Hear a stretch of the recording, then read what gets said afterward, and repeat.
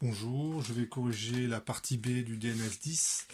Donc il s'agit on vous demande la température à l'intérieur de la membrane d'une montgolfière. Donc c'est partie B DNS10.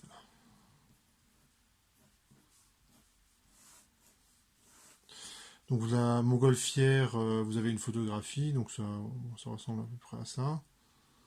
Donc il va falloir estimer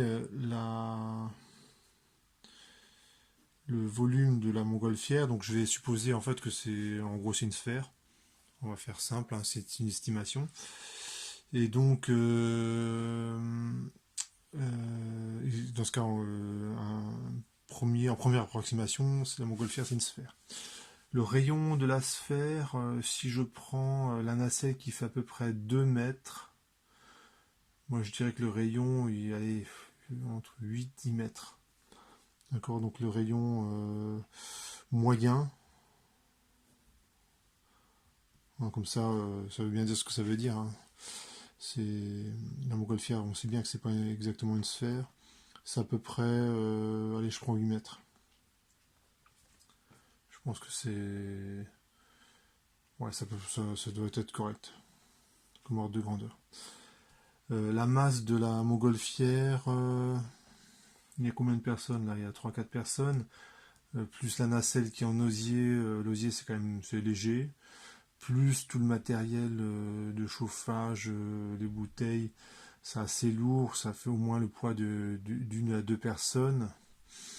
Donc la masse de la montgolfière, je la note petit m, allez, 700 kg. Je pense que c'est... Ouais. Bon, éventuellement, on la changera un petit peu cette valeur, hein. 700 kg, ça me paraît un petit peu beaucoup, finalement. Mais bon, restons là-dessus. Ensuite, la température, c'est une belle journée d'été. Donc c'est pas la canicule. On va dire, allez, 25 degrés. Ouais, il fait pas trop chaud, il fait pas trop froid. 25 degrés, ça me semble être pas mal. Et donc ça, c'est la température extérieure que je vais prendre égale à 25 degrés. Et la température intérieure, c'est la température dans la montgolfière. Alors maintenant, c'est ça qu'on vous demande. On va simplement écrire que la poussée d'Archimède compense le poids. Donc le poids de la montgolfière, c'est mg. Et ce poids, il est donc le gros de la masse de la montgolfière, c'est au niveau de la nacelle, c'est vers le bas. Ce qui maintient la montgolfière à altitude constante, c'est la poussée d'Archimède. Donc il faut que je fasse un vecteur qui a la même norme. Et la poussée d'Archimède, je la note pi. Et la poussée d'Archimède, c'est moins ρ de l'air déplacé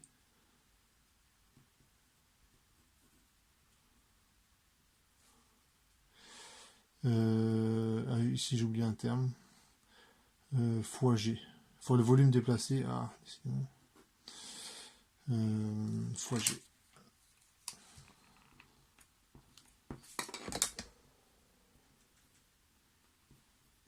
Alors j'ai oublié un terme, c'est la masse d'air chaud qui est contenu dans la montgolfière. Donc la masse d'air, ce que je note masse R, c'est la masse d'air chaud. Quand je définis un paramètre comme ça, il faut écrivez-le en toutes lettres, hein, pour qu'on puisse vous comprendre. Masse d'air chaud contenu dans la membrane, dans la montgolfière. Voilà. Je pense que c'est clair.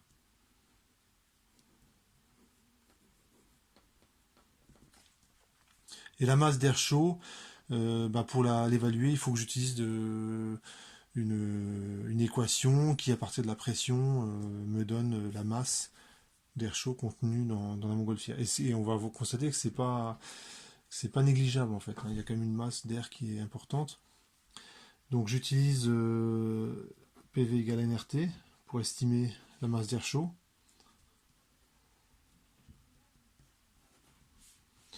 Donc j'utilise, voilà, ça c'est la question que je me pose, question intermédiaire que je me pose, PV égale nRT, et quand vous la remaniez cette équation, ça fait P égale nombre de moles, c'est la masse, le volume, je le passe au dénominateur de l'autre côté, sur la masse molaire de l'air. Donc ça aussi, il faudra évaluer la masse molaire de l'air. Et M sur V, ce n'est rien d'autre que la masse volumique. Donc ça fait ρ, la masse volumique, je la note ρ, RT. Et comme c'est l'air chaud, c'est la température intérieure. Et la masse molaire de l'air, ça par contre c'est une constante. Donc la masse de l'air chaud qui est contenu dans la montgolfière, c'est ρ fois le volume de la montgolfière. Donc c'est le volume de l'enveloppe.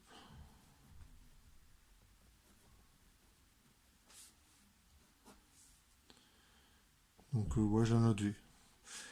Donc ρ fois V, et quand je remplace, ça fait la pression fois la masse molaire de l'air. Hein, j'isole ρ dans cette équation, donc ça fait pression masse molaire sur R, température à l'intérieur de la montgolfière, fois le volume de l'enveloppe. Donc ça, il faudra l'estimer. La pression, bah, c'est la pression atmosphérique, c'est à peu près 1 bar. On va faire ça pour l'instant. R, c'est connu, c'est la constante des gaz parfaits, c'est 8,31. Et la température intérieure, c'est justement ce qu'on cherche. Vous avez... et je vais aussi utiliser cette formule-là pour ce truc-là. L'air déplacé, c'est l'air qui est autour de la montgolfière, on va dire c'est l'air froid par rapport à l'air qui est à l'intérieur de la montgolfière qui est chaud.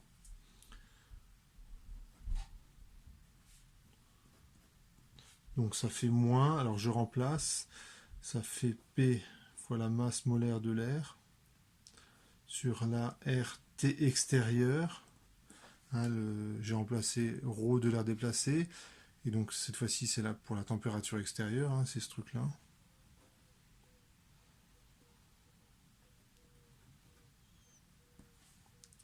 Fois le volume déplacé, donc le volume déplacé c'est V. C'est le volume de l'enveloppe fois G. Donc je vais remettre tout ça ensemble. Donc ça ici j'ai l'équation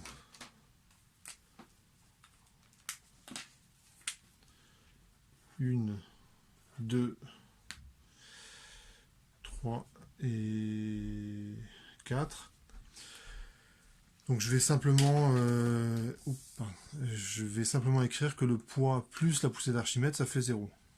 Et je vais remplacer le poids par ce truc là. Donc M c'est connu.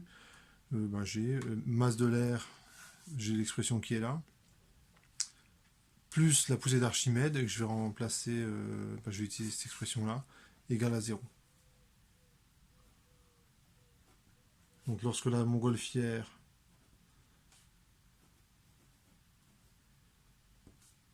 est immobile, donc c'est à peu près le cas, hein. Une montgolfière, on ne peut pas dire que c'est un système qui bouge rapidement. Donc le poids plus la poussée d'Archimède, ça fait 0.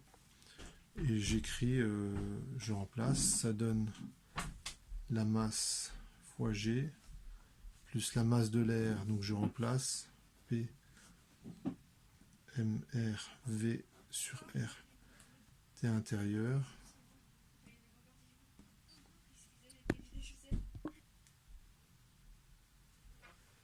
Donc fois G, plus, en fait c'est un moins, c'est le moins qui est là, plus PMR VG sur RT extérieur, bah, ça fait 0.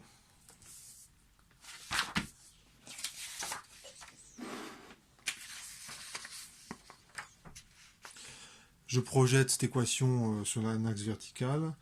Je vois que l'accélération de la pesanteur va se simplifier. Bon, je le ferai après. Donc ça fait moins mg. Si je prends un axe vertical ascendant, lorsque je projette le vecteur accélération de la pesanteur, ça fait moins g, moins p mr vrt intérieur, plus p mr vg sur r t extérieur, ça fait 0. Donc là, on a une simplification de l'accélération de la pesanteur. Je l'ai oublié ici. Et j'ai simplement à isoler la température intérieure. Donc là, il y a une petite phase de calcul. Et pour l'application numérique, il va falloir estimer la pression, ça va être facile, c'est un bar. La masse molaire de l'air, donc ça, il faudra le calculer. R c'est 831, température extérieure c'est 25 degrés Celsius qu'il faudra mettre en Kelvin, ça faut faire attention, et la masse on l'avait déjà estimée. Voilà, donc j'ai fait les calculs, et donc il ne me reste plus qu'à faire l'application numérique. Donc la pression, voilà, ça c'est mon résultat. Donc j'ai pas spécialement essayé de le simplifier. Oui, c'est pas forcément utile. La pression, on va prendre 1 bar. Donc il ne faut pas le laisser comme ça, hein, il faut le mettre en pascal. Ça c'est la bonne unité. Voilà, ça c'est l'unité grand public. L'unité scientifique, c'est les pascals. R ça vaut 8,31, donc ça c'est une constante. Donc c'est joule Kelvin moins 1, mol moins 1. Le volume, donc ça je vais utiliser la formule 4 tiers de pi r au cube. J'avais appelé le rayon de la montgolfière R moyen, et c'est au cube, donc ça il faudra faire l'application numérique. La température extérieure qu'il faut mettre en Kelvin, ça fait 25 degrés, je rajoute 273, donc ça fait 298 Kelvin, ça c'est important, hein, il faut absolument mettre la température en Kelvin, sinon vous allez avoir un petit problème, c'est que s'il fait 0 degré à l'extérieur, 0 degré Celsius, j'entends, vous allez avoir un petit problème dans votre application numérique, puisque vous allez avoir un dénominateur qui s'annule. Qu'est-ce qui me manque? M c'est déjà estimé, bon je le recopie, 700 kg. Donc est-ce que j'ai tout ce qui est... Oui, la masse molaire de l'air. La masse molaire de l'air, alors il faut savoir que l'air est constitué à 80% de diazote, 20% de dioxygène. Il y a encore d'autres gaz vraiment en très petite quantité, dont je crois que c'est le troisième, je crois que c'est l'argon. Je ne suis pas sûr. Mais disons, pour simplifier, il y a 80% de diazote et 20% d'oxygène. Et donc je fais une moyenne pondérée entre la masse molaire du diazote et la masse molaire du dioxygène. Alors la masse molaire du diazote c'est 28, hein, puisque la masse molaire de l'azote c'est 14, la masse molaire du dioxygène c'est 32, donc ça fait, là aussi il faudra faire une petite application numérique, et le résultat ce sera en grammes par mol. Donc il faut faire attention, il faudra convertir ce résultat en kilogrammes par mol. Sinon, vous aurez des petits problèmes au niveau de votre application numérique. Alors pourquoi des kilogrammes? Parce que la masse ici, elle est en kilogrammes. Donc il faut mettre toutes les masses en kilogrammes. Donc je vais faire toutes les applications numériques et on va voir si ce que je trouve est cohérent. Alors, je trouve une température en Kelvin intérieur, allez, de 400 à peu près, hein. La valeur exacte, c'est 413,8, voilà, j'arrondis à 410 Kelvin. Ça fait une température intérieure en degrés Celsius. ça fait 140 degrés Celsius. Donc c'est un petit peu élevé parce que 140 degrés Celsius, bah, vous pouvez commencer à faire cuire des gâteaux dans votre montgolfière, hein. C'est quand même chaud. Donc je vais recommencer l'application numérique avec une nacelle un petit peu moins lourde, hein. Dès le départ, je pense, surestimer le poids de l'équipage. Et je trouve une température, ça c'est pour M égale 700 kg. Je trouve une température intérieure de 140 degrés Celsius. C'est un petit peu élevé. Donc je pense que voilà, ça c'est pas bon. Et donc je recommence l'application numérique avec 500 kg. Et la température intérieure c'est 372 Kelvin. Et ça fait une température intérieure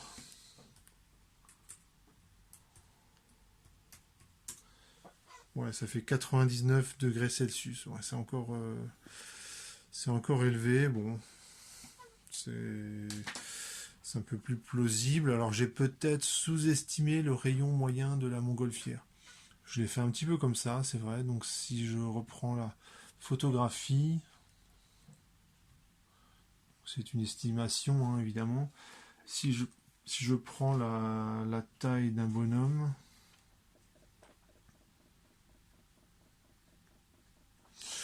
ouais, c'est non, par rapport au rayon, je pense pas avoir fait une trop mauvaise estimation. Voilà, on trouve une température intérieure de 99 degrés Celsius, donc c'est quand même très chaud, hein. Vous pourriez pas vous déplacer à l'intérieur de l'enveloppe, hein. Il fait beaucoup trop chaud. Alors si on regarde la suite de la question suivante, est-il plus facile de décoller en été ou en hiver? Donc en fait on peut regarder cette formule-là. Si je diminue la température extérieure, donc je me place en hiver, ce terme-là, il va diminuer. Non, je dis des bêtises, pardon. La température extérieure diminue, donc ce terme-là, il augmente, donc la température intérieure diminue. Effectivement, en hiver, ce qui va se passer, c'est que l'air environnant la montgolfière, il est beaucoup plus dense parce que c'est un air qui est plus froid. Et donc finalement, la montgolfière, elle aura plus de facilité à monter, hein. L'air chaud, il va monter d'autant plus vite que l'air environnant, il est froid. Alors quand je dis ça, je ne tiens pas compte du fait que lorsque vous chauffez l'air dans l'enveloppe, et si cet air est en contact avec un air qui est froid, il va se refroidir d'autant plus vite. Donc ce que je dis, c'est assez difficile de répondre à cette question, mais en faisant l'hypothèse que l'air qui est dans l'enveloppe, il se refroidit très peu, hein, c'est vrai qu'après tout l'air est un bon isolant thermique, eh bien la réponse c'est plus facile de décoller une montgolfière en hiver qu'en été. En pratique, on les voit surtout en été. Donc c'est plus facile en hiver en supposant que l'air chaud n'est pas refroidi ou à peine chaud dans l'enveloppe.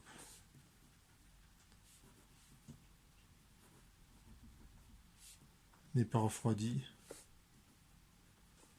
ou à peine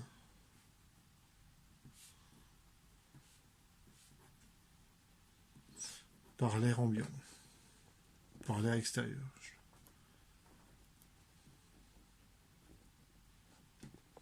Voilà, donc ça répond à la question 2. Donc la question 3, je veux augmenter l'altitude de la montgolfière. Donc encore une fois, il faut que je reprenne la formule que j'ai obtenue ici.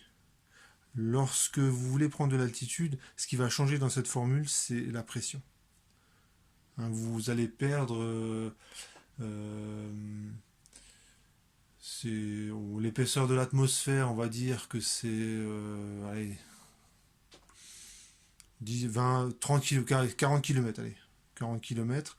Donc sur 40 km, je perds un bar de pression. Donc c'est très très grossier comme calcul que je fais. Donc sur 30 km, sur 40 km, je perds un bar de pression. Donc un bar pour allez, 50 km. Ce sera peut-être plus facile pour faire les calculs. Donc je prends une atmosphère qui a une épaisseur de 50 km. À 50 km d'altitude, je considère que la pression elle est quasi nulle. Et à une altitude nulle, on a un bar. Donc ça fait 10 puissance 5 pascal pour 50 000 mètres. Donc si vous faites le calcul, ça fait 2 pascal par mètre. Donc on perd 2 pascal par mètre.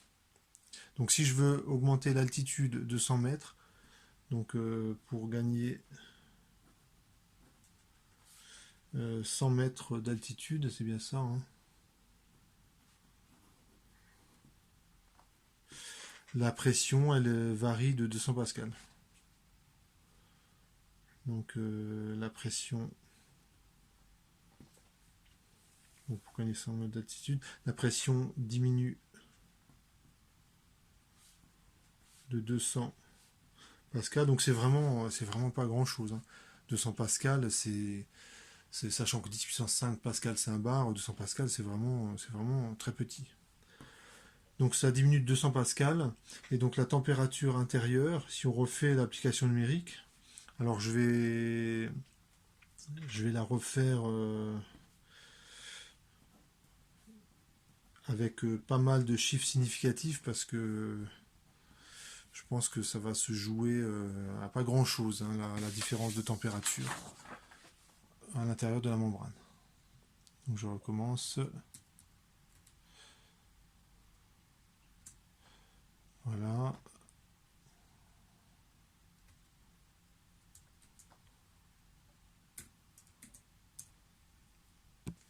Donc j'ai fini les applications numériques. Je vais écrire pas mal de chiffres après la virgule. C'est pas que ces chiffres après la virgule soient corrects, mais ce qui m'intéresse c'est la variation de température. Donc déjà on voit que elle est quasiment infime, hein. Pour passer de là à là, il faut que je chauffe 0,5, 0,7 plus 0,2 degrés Celsius. Si je veux monter de 100 mètres, il faut que je chauffe un petit peu l'air qui est à l'intérieur de l'enveloppe. Alors 0,2 degrés, ça a l'air rien du tout, mais quand vous devez chauffer 2000 mètres cubes de 0,2 degrés, il faut quand même chauffer un petit peu. Il faut quand même chauffer un petit peu. Ça fait à peu près 2 tonnes d'air à chauffer. Donc quand vous allez mettre votre brûleur en route, vous allez, pour gagner 100 mètres, pour chauffer de 0,2 degrés 2 tonnes d'air, hein, il y a à peu près 2 tonnes d'air, hein, c'est dans l'enveloppe, eh bien il faut le brûleur, vous allez le faire fonctionner pendant, allez, ça va se compter en dizaines de secondes. Et vous allez comme ça gagner de l'altitude. Et si vous voulez perdre de l'altitude, il suffit simplement de laisser refroidir l'air, ou j'imagine qu'il y a une trappe pour évacuer de l'air chaud pour pouvoir descendre. Donc normalement je réponds à toutes les questions de cette deuxième partie. Voilà.